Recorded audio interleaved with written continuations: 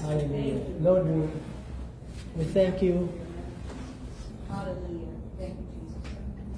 Hallelujah. Thank you, Lord. Lord, we thank you, God, for that miraculous release of the hostages, God. And as we sing this song, we remember, God, that you have brought back your people in the land where you have planted them. You are the God of Abraham, the faithful God of Abraham and our God. We love you, God.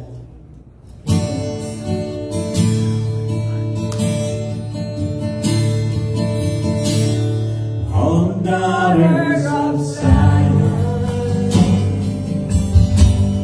oh Abraham's son, hear the words of your father, hear his promise of love. I will make you a blessing. Now the stars in your bed, you'll be a great nation. I will give you this land. I will bring you back home, bring you back home, all my children. You will no longer roam, lost and alone in the night. There is nothing left that could take you away. I will gather you under my wings. I will bring you all back home again. Will you wander like stranger to the end of the earth? I will send you a Savior.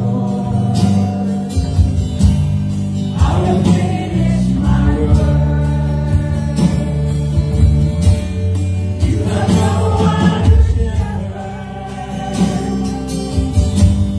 You have no other Lord. Green pastures are waiting in Zion once more. I will bring you back home, bring you back home, all my children. You will no longer roam, lost and alone in the night. There is nothing left that could take you away. I will gather you under my wings. I will bring you all back home. So we pray for peace.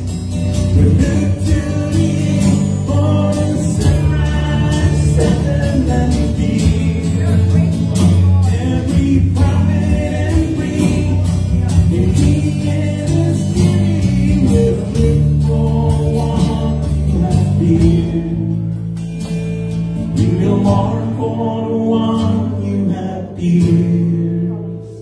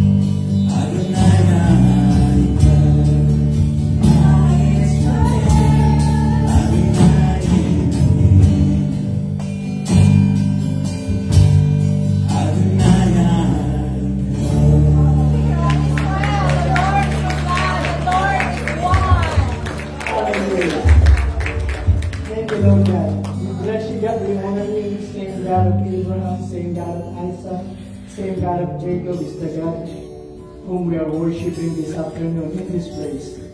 God, guide us, bless us with your presence. That's our prayer and desire. In Jesus' name, and we can all say amen. Amen. We may be seated, guys.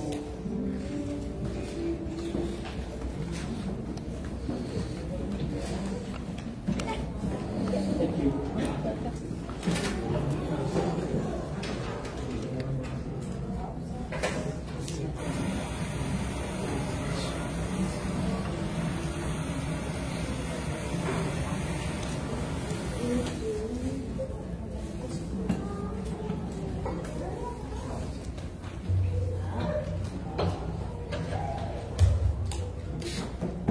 I don't know why I have this. The case is closed.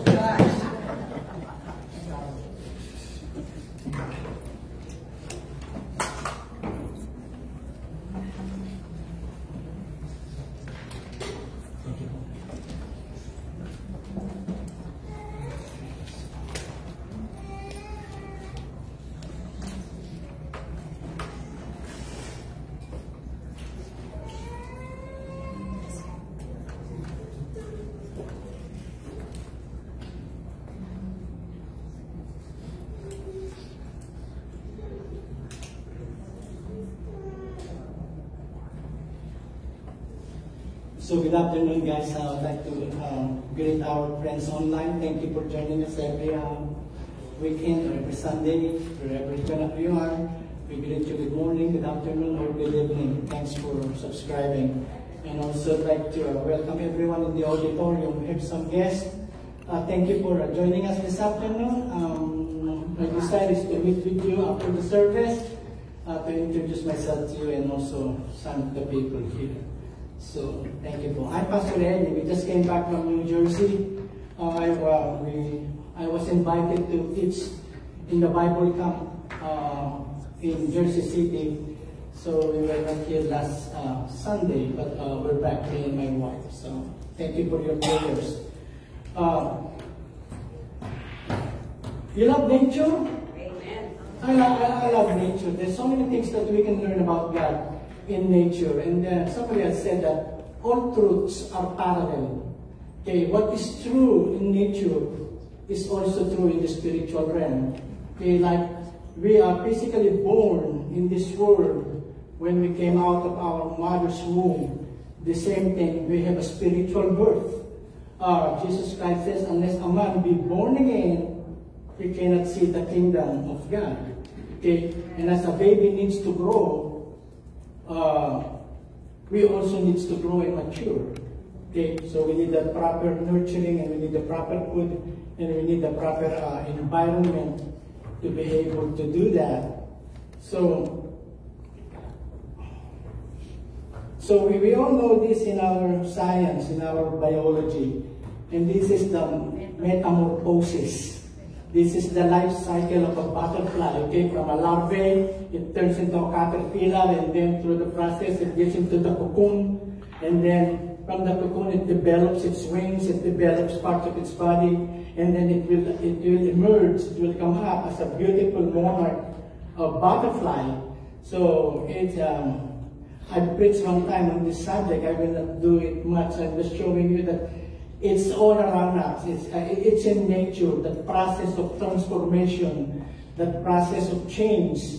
And then that's we call that metamorphosis. In the Bible, the root word is metamorpho, which means transform, being transformed or regenerated. It's exciting when you see like the life cycle of oak tree from an acorn seed, and then it develops into a huge tree. Some of you have been there. I haven't been there. I always want to go there. Okay, in California, where you see all the sequoias, redwood. Okay, so it starts with a very small plant. When it germinates, it comes out like a seedling, and then it can grow. You can just imagine the diameter of that trunk with those two little kids. It's huge. It's humongous. Okay. The redwood can it can grow from 50 years old to 70 years old. That is their maturity. Okay, and it can grow as tall as about 300 feet tall, and that's about 40-story building. You can just imagine. Some sequoias are taller than the Liberty statue there in New York. Okay, so it's amazing. Can you imagine? Can you see that? So they said that a sequoia tree can live up to 1,000 years. Okay, and so you can imagine that that size, at that height, see, compared to that human being as an average adult, is just dwarfed by this huge strand of sequoia trees in California. But you know what? Amazing it is, the transformation, the growth that we see in nature. The most exciting transformation takes place not in the natural world, but in the physical world. Okay, and that's what I'll be sharing with you this afternoon in the Bible. Let me read this, then I will go to my notes. Therefore, if anyone be in Christ. Now, but every time you see that word therefore, meaning the writer, in this case is St. Paul, he is summarizing or is putting in summary the previous chapter or the previous words that he has said previous to this verse. He was telling about that because of God's goodness we are saved, and because of that goodness, and he has made our body the temple of the Holy Spirit. Okay, back in the Old Testament, God dwells in the tabernacle, which are portable. Okay, they move it from one place to another. But in the New Testament, God has decided, and like I said, this is the amazing thing about the transformation of a person who is in Christ Jesus. God is working within. Okay, so look at what it says. Therefore, if anyone, there's no exemption, if anyone is in Christ, if anyone has put his or her faith in Jesus Christ, okay, he said, he is a new first creation. All things have passed away. Behold, all things have become new. So, and that's real Christianity. Without change, without transformation from within and outward, then you can be in the most popular, the most oldest, the most what you call this recognized religion or denomination. If you don't have this changing power of God in you, then you are not a new creature. You are not even in Christ. Okay, so salvation, the true salvation, biblical salvation is visible. Okay, it's not only an inward thing, it's visible, it's something that is manifested, that's something that is seen. Okay, and then I will share with you a related thing. It's all over the writings of St. Paul. But I want to read chapter 3 of Colossians 1 to 15. It's kind of lengthy, but I'm going to hop from 1 to 3 verses and then the rest. It's Paul said here, and this is the premise of everything that follows in his letter. If then you have been raised with Christ, meaning if you have put your faith, you are now identified with Christ, you are now where Christ is spiritually, you are reigning with Him. Look at this. If then you have been raised with Christ, okay, you've done that, it's past tense. Look at all the imperatives, all the commandments following that premise. Seek the things that are above, where Christ is, seated at the right hand of God. Now that word seek, okay, we seek God. We don't say that, oh, I only prayed the prayer of repentance and I accepted the Lord and then that's it. No. The Christian faith is not passive. The Christian faith is what? It's mutual. Okay, God moves and you move. You don't move, God does not move. Ask, the Bible tells us. Ask, and you will what? That is our part, asking. Giving is God's part, and you will receive. Seek, that's our part, and you will what? You will find. That's God's response. Knock, you knock, and then God opens the door for you. So you can see it's just like a game of chess, okay? One move and you move, and things like that. Seek the things that are above, seek the things that are heavenly, okay? And it's not saying seek the stars and the moon and then find your luck and fortune because of the arrangements of the stars and the moon. That you call what? You call that horoscope. Hello? So some of you are still buying when you go to the Chinese restaurant. They still have that horoscope, but this is different. They got rooster, pig, monkey, but it's the same thing. We don't live through the arrangements of the stars. We worship the one who made the stars. Amen. Okay? So, seek the things that are above. I will go on some more verses to explain more of that.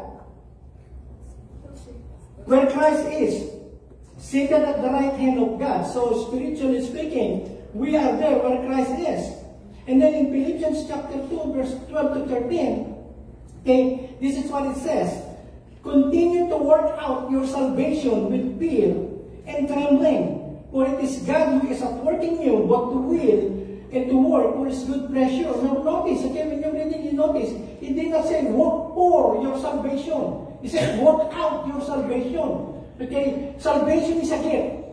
It's a gift from God. You are saved by faith through grace. Something that we accept, something we put our faith in. So work out your salvation that makes that you have a part. God is what? Doing is the changes inside us, and then it is our responsibility to make it work and manifest outwardly. And then it says with fear and trembling, because godly life, holy life is not easy. We are living in a world that is a fallen world, and then we are still in a body that's still unredeemed. Okay, we still have that, that's why we've struggled. Paul said, the things that I want to do, I cannot do. The things that I don't want to do, that's I'm doing. Now I found something inside of me that is warring against my inner man. So it's not. So I can continue to work. Okay? And so we have our responsibility. If you want to grow, you want to mature, you want to be complete, a complete believer, and then you work it out. Okay? There's no substitute for this. I know because of technology, we are getting a lot of daily bread or daily meditation and things like that. But there is no substitute in you yourself studying the Word of God. Amen. We are living in a blessed time. When I said that, with your smartphone, or even if your phone is not so smart, okay? Okay? So, you saw my okay? You have at least 176 translations of the Bible for free. Okay? If you don't understand English, you're not so good in English, you have it in Tagalog. You have it in Ilocano, in Kapampangan, in Higayon, Cebuano, you name it. And then if he says, I'm having problem with my eyes, it's too small, I cannot see. Then go to the audio version of the Bible. Just turn on. Yes. Your volume, your speaker, and it will talk to you. Yes. No excuse. Hello? But how many Christians, they spend more browsing their social media than reading this? And that's why you can tell that they are not maturing in their Christian life. So we cannot. Jesus Christ said, man shall not live by bread alone. And that bread that he was talking is the Word of God. And it is written for us. Amen. Okay? So, going back to what Peter said, look at this. This is our old life. He's comparing the old and the new. In the past, look at what Peter says. In the past, you wasted too much time doing what those who don't know God like to do. Okay? You were living immoral lives, doing the evil things you wanted to do. You were always getting drunk. Okay? Having drinking parties and doing shameful things in your worship of idols. And then in verse 4, and those friends, yung mga dati mong kaibigan, and those friends, the people you hang out with, okay? The Bible tells us the righteous should know how to choose their friends. I'm not saying that you burn your bridge with your former friends. But if you are not leading them to Christ and they're leading you to do bad things, it's time for you to move away from them. Okay? And you can do the exit without somebody is there. Okay, look at this. Now those friends think it is strange that you no longer join them. You see, no longer join them. In all the while, and wasteful things they do, and so they say bad things about you. See, if you're no longer hanging out with them, they can make up a lot of gossip and a lot of things, negative or critical or bad about you. Okay? So you're not going to be surprised. In Tagalog, I like it in Tagalog. Okay, guys, whatever I put it in English, it is just translated in Tagalog. But in Tagalog, it can be longer, twice longer than the English, okay? So that in Tagalog, pero nagtataka ngayon sa inyo, mga taong hindi kumikilala sa Diyos, kung bakit hindi kayo nakikisama. See? Iba yung nakikisama sa nakikisama. Okay? Sabi ganoon, hindi kumikilala sa Diyos kung bakit hindi na kayo nakikisama sa magulo at maluho nilang pamumuhay, kaya nagsasalita sila ng masama sa inyo. See, they notice it, that's why I said, it's visible. They can see it, they can hear it. Okay? Yeah, for most of us, it's still the same physical appearance, but deep within, we are a changed person if we are in Christ. If you are a gossiper, you don't gossip anymore. Yes. You see? If you are a very critical person, criticism is not bad in itself. There are some constructive criticism, but they are just criticism for the sake of just putting down other people. Okay? So that's just part of the things that God is changing us. Now, going back now to Colossians, verse 2 and verse 3, look at this. The verse said, seek the things above. Now look at the second commandment, the imperative. Set your minds. Who will set it? Not God, it's us.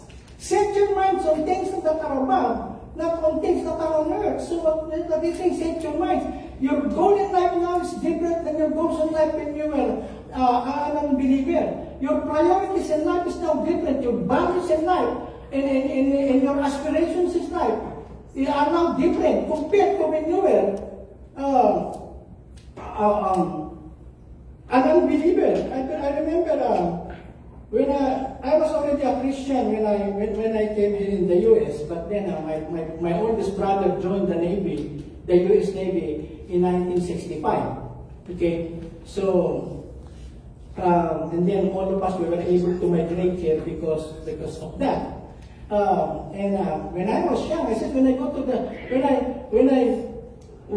finally go to America, I will buy a very nice Corvette. Hindi ko sinabing Corvette. Corvette. Because I got some boxes, that's I want a real one. And I didn't know, and then I didn't know that it's not easy to get a car that that luxury car just like that. So it takes a lot of discipline and hard work to do that. But then those were all just thinking, I'm going to have a big house, I'm going to have like this. But when I got here, I'm already saved. It's just, to me, it's just America is a bonus. It's a nice place. Do you believe America is a nice place? I said it again. I think I'm loud enough. Do you agree with me that this is the best country in the world? Yes. You better be or else. Okay. So then, set your mind. So since I got a lot of things, we all have enough, the tip of our finger can get a lot of material things in this place in the world. See, and here, it's also interesting, only in America, that even lazy people are being given money, and they are given things for them to enjoy. Okay? But it said, set your mind. So it said, well, thank you, Lord, that I was able to pastor a church here. I was still able to continue my faith, and even more. Okay, even more, because there's a lot of soul harvest in this country. So it says, set your mind. Hindi ka lang makamundo. Okay, your mind is not always set. How much am I going to get? I'm going to go there to get more money. I'm going to do that and I'm going to do this. I'm going to be like our neighbor. I'm going to be like our best friend. They're living in Oak Cliff. They're living in that gated community. I will also do. There's nothing wrong in living in gated community. Okay? But if you're going to work so hard to the point you're forgetting your family, it's nonsense. And a lot of people are doing that. We have a friend. We have a friend. She's a nurse. Okay, how many here are nurses? Don't raise your hands. Okay.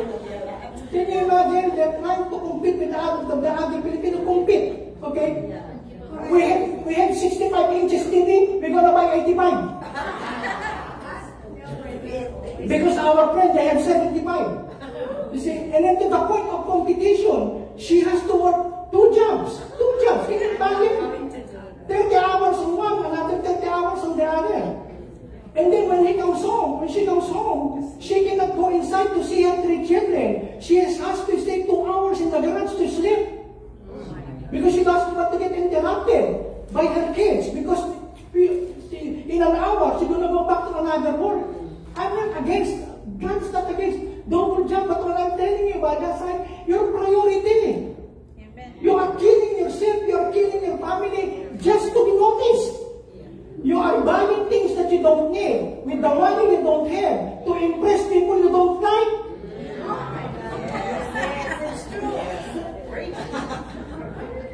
Where's your hammer? You see, set your minds, he said.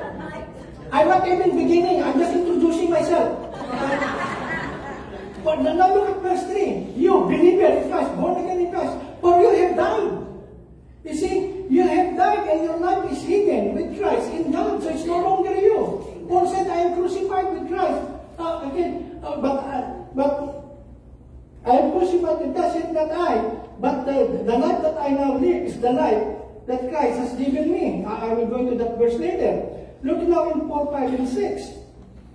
When Christ, who is your life, see that He is the source of your life. He is the source of your joy. He is the source of your peace. He is the source of your contentment. He is the source of satisfaction. Okay, and a lot of people are dying for all of those things. If you have Christ, you have an abundance of those things.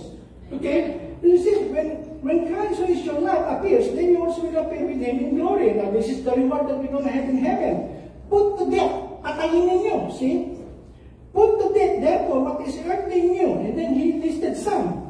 Sexual immorality, impurities, passion, evil desire. The first 4 has something to do with sex. And then covetousness, which is idolatry. On account of this, those sinful attitudes or things that people have, on account of this, the wrath of God is coming. So how do you put to death? Let's say you don't like your dog anymore. We have, okay, this is just an example I can use, okay? You don't like, okay, let's just, instead of dog, let's just use fish. Okay. I have 3 big aquariums in our house. I have a 55-gallon, I have a 46-gallon, and I have a 10-gallon. I have 3 gallons in the house, and I have fish. You know, there are 2 ways of killing your fish. Overfeed them or neglect them.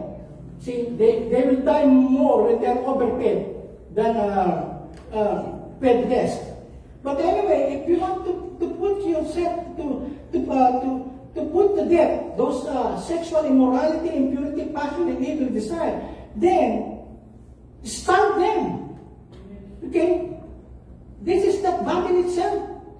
Okay, we have a lot of benefits from this electronics and all of this technology that is around us. But then again, if you are not careful, this will ruin your life. Now, I've seen people coming to me and saying, I need a counselor because I am now a pornographer. See, I like pornography, it's coming. And he said he cannot control. He said, you have to stop it. Don't even dare to look at it twice. And so many other things. You stop it. But then you feed your soul, your spirit with the word of God. Verse 6, and then it says, continuing. Are you still there? Yes. Okay, and then look at it, verse 7. It says, in those immorality, those evil activities, it says, in this you too once more. Dati ganun ang inyong mga buhay. Dati ganun ang inyong mga lakad. In this you too once more when you were living in them. Okay, but now, see now the contrast? That was you back then. But now if you are in Christ, okay, you must put them all away. He said, anger, see? So some people, they get angry with almost everything. Okay, anger is not bad in itself. The Bible tells us be angry and sin not. But there are people, you know, they are hot-tempered, ill-tempered, and a short-fused, so what they said. It says anger, because it will not lead. Anger will always lead to bad things. Anger will always lead for your mouth to speak something that will hurt, that will give pain to somebody you never know for life. So he said anger, wrath. This is the uncontrolled anger, and wrath. And then malice, slander, and obscene talk, from your mouth. And then verse 10, look at that. Do not lie one to another. Okay? The other another there can be your spouse. You know, there are times when I go to the store by myself, and when I linger a little bit, means, if I go to Home Depot, it's so nice to linger there. For me, because some of you girls, what's Home Depot? We only go there when there is poinsettia for sale. And that is after Black Friday. Otherwise, we don't go to. But I like to go there because I like to see tours, I like to see all of those things. So even though I will just buy an air filter for our aircon in the garage, I will go to at least 3 or 4 aisles just to see what's going on there. And then from there, most of the time I get hungry. And my wife will call me, "Where are you?" I will not tell her that I am running up at Popeyes. Because she said, it's too salty, it's too greasy, you're going to kill yourself. Who will be the pastor there if you die? So, but anyway, I will not tell her. I am second in line. I'm in the drive-thru. So I will not lie to her. I will just say, I'm in the store. Popeye is a store. It's a food store. I don't need to be detailed. So I said, I'm at the store. But the truth is, not anymore at Home Depot. I'm at Louisiana Popeyes. Okay. So, do not lie one to another, singing that you have put off. Look at that, put off the old self with its practices. That the term that put off is like taking off an old stinking shirt or dress that you don't even want to wash. You just want to get rid of that, or burn it, or destroy it, because it is so dirty, it is so stinky. That's what it says, put it off. It says, put off the old self with its practices. And then look at in Isaiah. He said something about being dirty and filthy. Some people, to appear, to impress people that they are living a clean life, they cover it up with religiosity. I'm a religious person, okay? But I'm a gossiper. Of course they will not say that. Okay? So they cover it with, from time to time, doing charitable works or good works. But in the eyes of God, look at this. We are all, he says, we are all dirty with sin. Even our good works, he says, I did not say that. Even our good works are not pure, are not clean. They are like blood-stained mud. In Tagalog, maruming, mabahong, basahan. Okay, it says that, filthy rags in some translations. We are all like dead leaves. Our sins have carried us away like the wind. Spiritually, in the eyes of God, when we don't have Jesus Christ, that's how we look like. Exactly that. Okay? We are wearing dirty clothes, we stink, we are dirty, and we are what? Like the scum of the earth. Okay? That's how we are. That's our former life. And then in Colossians it says, put it off. And then it says, put on something. And have put on the new self. Okay, that's the new self that people can hear, people can see, and people can say, wow, he has changed drastically, radically, because of Jesus. Look at this, and I put on the new self, which is being renewed in knowledge, after the image of its creator. See, I underline that, renewed in knowledge. We are not changed, we are not transformed, we are not regenerated by good works. Good works are not bad works, but they are not the one that changes our heart. He says, renewed or changed or transformed in knowledge after the image of its creator. Okay? How does it happen? How is our life renewed in knowledge? Look at what it says in Colossians 1:9, still in the same book. And so from the day we heard, Paul is saying and praying for them. And so from the day we heard, we have not ceased to pray for you, asking that you may be filled with the knowledge of His will in all spiritual wisdom and understanding. Okay? So there will be a change. Even your mindset, the way that you think, the way that you respond to things, the way that you react to life's challenges or to life events, it will change. The more you read this, you will know how to react and how to respond, and you will know exactly how to behave yourself. Okay? So look at this. That was noon.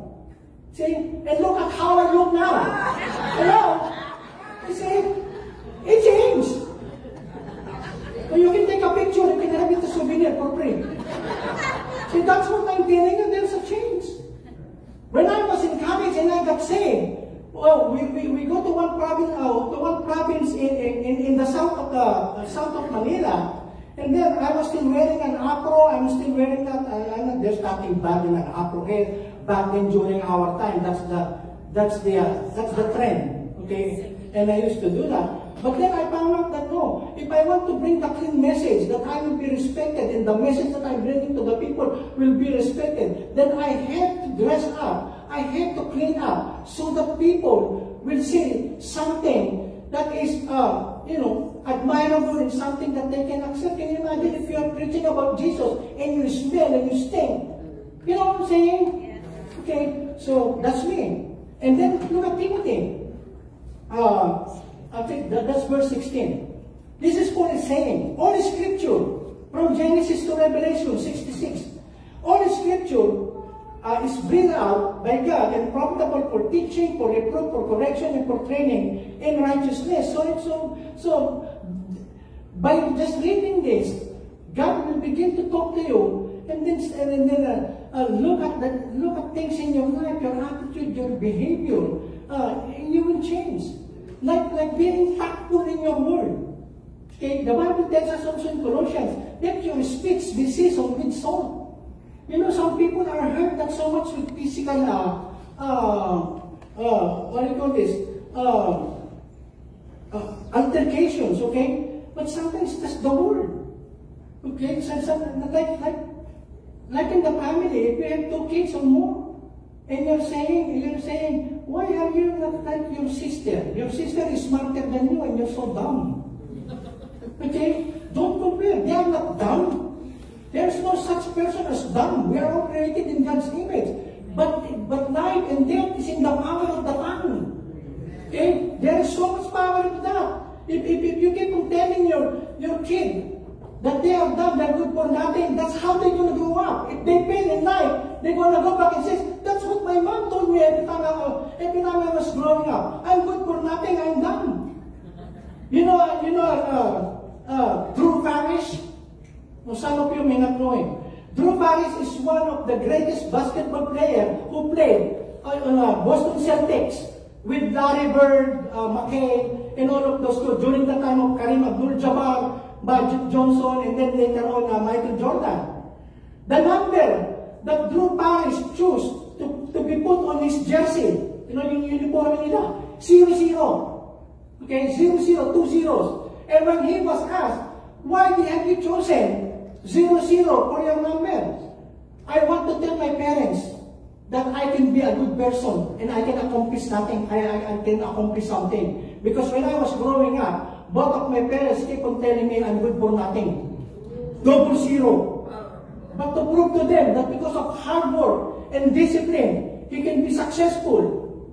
Okay? And he did succeed. He is in the Hall of Fame of the NBA, the National Basketball Association. So he says, we are changed by just reading the Word of God. Okay, like I said, this is not good. It's not good for me. If you're the wife, it's not always good to look at your husband as if they don't mean anything good. You know, or the other around, the vice versa. They are a gift from God. Your husband is a gift from God. Your wife is a gift from God. Amen. Your children are not a burden. Amen. How many? Imelda, she works, she's a nurse, and she works at this in vitro, what kind of clinic? Fertilization clinic. Yeah.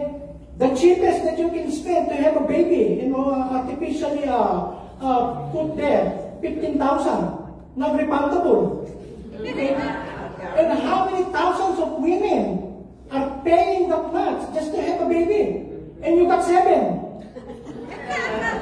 See, so those are a blessing. But I'm just giving them an example. No, whoever God brought into your life and you to that person's life, you are a blessing, and you will find that in the Word of God. That the man of God, look at verse 17. That the man of God may be complete. And the word complete means mature, grown up in the faith, equipped for every good work. And then in 1 Peter chapter 2, verse 2 to 3, again, I cannot overemphasize, guys. I've been a Christian more than half of my life, okay? And there are times when I sit down to read this. It's not because I'm a pastor. I've been reading this, I think just few months after I got saved.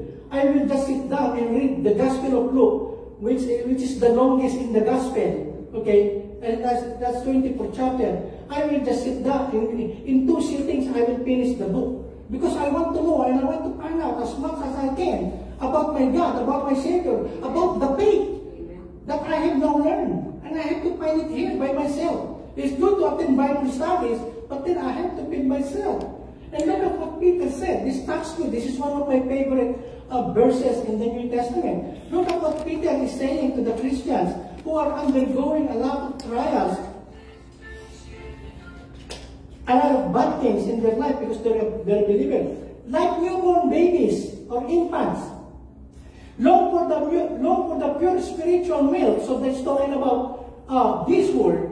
That by it you may grow up into salvation if indeed you have tasted that the Lord is good.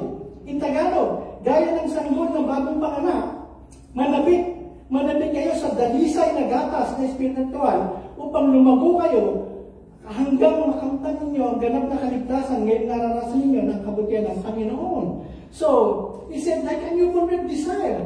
You know, the only thing probably in the mind of a baby is what? To eat and to sleep. Okay, that's why most of the time they will cry because they're hungry, because they're craving for milk. And you know, back then, they don't have any formula milk. They don't have formula milk. Okay? It's only breastfeeding. And there is so much benefit with breastfeeding. The most nutrient, the most helpful, the most healthy, and easy to digest. And I can say a lot more things about mother's milk. No? Like I said, there is really no substitute for the mother's milk, and that's God's own way of saying nature is always best. Okay, God. And the other thing is, you know when you get the baby from the mother, it doesn't matter even if you're the dad or you're the lola, the grandma. If you get the baby from the mother, it will cry. You know why? Because the baby knows the scent of his or her mom, yung amoy na gatas, because they smell like milk. See, and from that scent, they know, if somebody takes them, they will cry because, no, you're not my mom. I can smell. You smell too spicy. But, see, and not only that, here in America, it's different. Here in America, but you know, in Asian countries like the Philippines, the first 2 years of the child is the most critical, the most important, because that is the time of bonding with the mom and with the baby. Here in America, after 2 weeks, the baby is in the daycare. The mom is back working. Okay? And I know this is that it's different, it's difficult. But then again, there is a purpose why is that. You know, when the mother is bringing the baby close to his breast, that is what the closest, the most intimate bonding that there can be between the mom and the baby. You see, it's very close. It's just like the baby can almost hear your breathing, the beating of your heart. And it's the same thing when we are reading the Word of God. We are just like in the breast, or leaning on the breast of God. We can almost hear Him whisper. How can you hear a whisper? When you shut down all unnecessary noise. Right? Shut down unnecessary noise. Spend time with God. Where you think, in your house or whatever place you will choose, that you are what? That you are less distracted.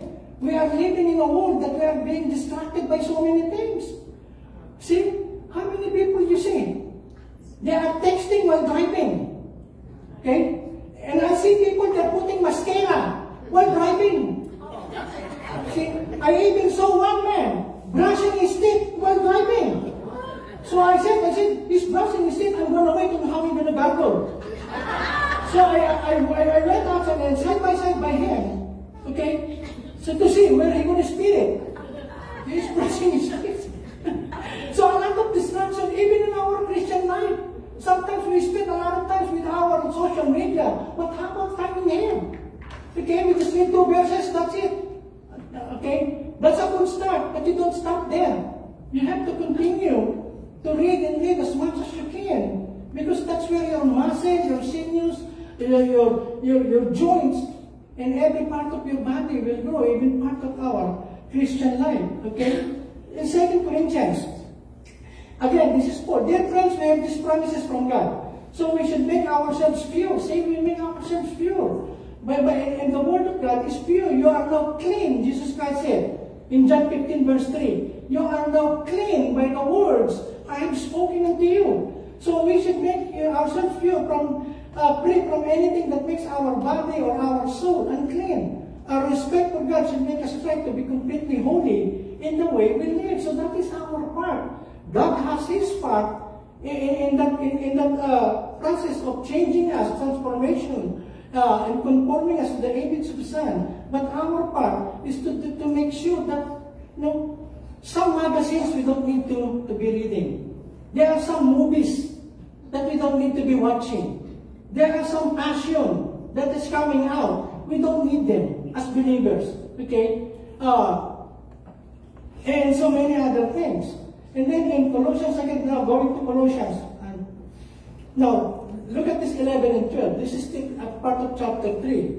Okay, now since you are changed, you put off all those anger, those malice, those evil things, those immorality, and you put on the new life, the new self. Look at what it says now in verse 11. Here, there is not Greek and Jew, circumcised and uncircumcised, barbarian, Scythian, slave, free, but Christ is all and in all. Verse 12. Put on them. See, it says, put on them. As God's chosen, holy and beloved, compassionate hearts, kindness, humility, and meekness, and patience. Verse 11. Okay, Greek and Jew. They are what? They have a very strong, extreme prejudice with one another. Okay, the Jewish people doesn't like the Greek. The Greek, they don't like the Jews. Because of their culture, because of a lot of things, all of their belief. So they cannot become, they cannot get along well because of their ethnicity or their race. So Greek and Jew, okay? Circumcised and uncircumcised. Circumcised are the Jewish people, uncircumcised are the Gentiles. Barbarian and Scythian. You know who the barbarians are? These are nomadic people. Okay, these are nomadic people. They travel from one place to another in the desert. And they are called barbarian because these are low-life people. They are considered by those educated people as uncivilized. And they're called barbarian because they cannot speak Greek. They stammer. See, that's why they're called barbarian. Okay? And then the Scythian, these are bad people. Okay, they came out in the 8th century, and these are the most cruel people there is. It is like the Hamas. Okay, they don't have any respect for other human beings. These are the Scythians. So what? And then there is the slave and the free. Back then they have this category that separates group of people. But Christ is in all and in all. What He is saying, now that we have become new, that we have become Christian, we should get along with any kind of people. Hello? With any kind of people, regardless of their color, regardless of their education, regardless of their background in life, their status, their economy in life, whatever it is, there is no more division. And I don't care. Because isn't it sad? You know, here in America, the Baptists does not get along with Pentecostal, but they are all believers in Christ. But because of their denomination, they don't want to what? To get along. But Paul is saying, not that you are born again, not that you are being changed by God. There is no such thing that divides us. And even as Filipinos, okay, we are not all the same. Like I said, when I was in New Jersey, the Filipinos in New Jersey, they have different personalities than the believers here. The Filipinos here in Jacksonville, the same thing with Filipinos in California. Okay? So, for some reason. But not all of us were raised in the same family background. Some of us, our families are loud. No? Our parents talk loud, we all talk loud. Okay? You know the 3 stages of marriage? The first stage of marriage, the husband talks, the wife listens. The second stage of marriage, the wife talks, and now the husband listens. You know the third stage of marriage? They both talk, the neighbor listens. So some of us are like that. Some of us are quiet people. Some people, if you don't talk to them, you don't initiate conversation, they are not snub, but that's their personality. They are not just a talker. Are you getting what I'm saying? But there are some people, you already done talking to them for 30 minutes, and when you turn around, they're still, hey, something more. You see, it does not mean, those are just personalities, those are just differences. Some people eat big, some people, they almost does not eat anything. Okay? So it does not mean if they're not eating that they don't like our food. But some people, they eat big. So when they put food in their plate, the plate looks like a serving plate.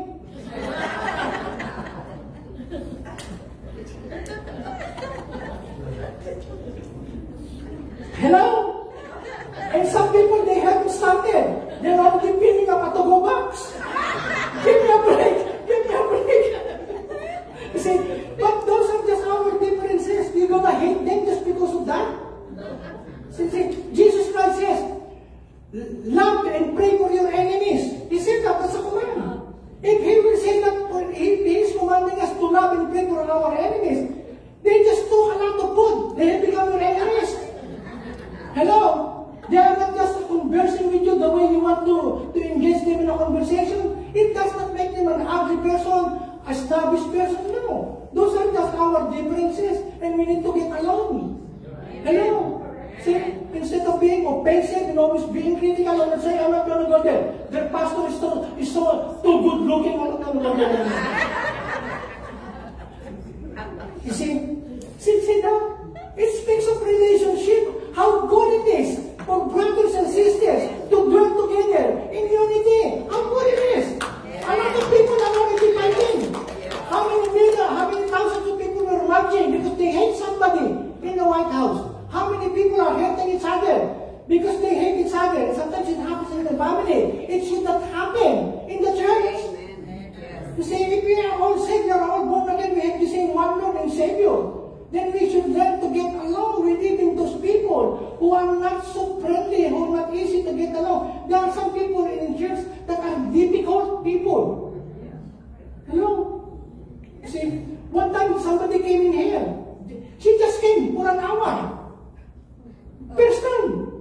And she's asking my wife, how come we don't have an usher? She just came. And she didn't see a person there at the gate, and she's saying, how come we do not have an usher?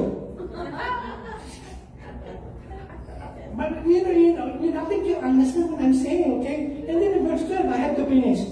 Put on them as God chosen one, holy and beloved. Then they have compassionate hearts. We are helping a lot of unfortunate indigent children in the Philippines. Next Sunday, I will show you we fed at least 100 children in 2 provinces in the Philippines. Okay, and then I will show you the help that we are giving to those 6 tribal churches in Mindanao, in South Cotabato.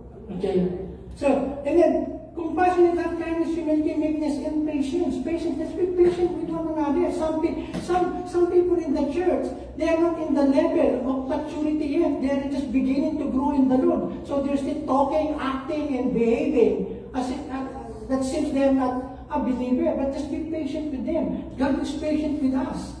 You see? Then we continue. Bearing with one another.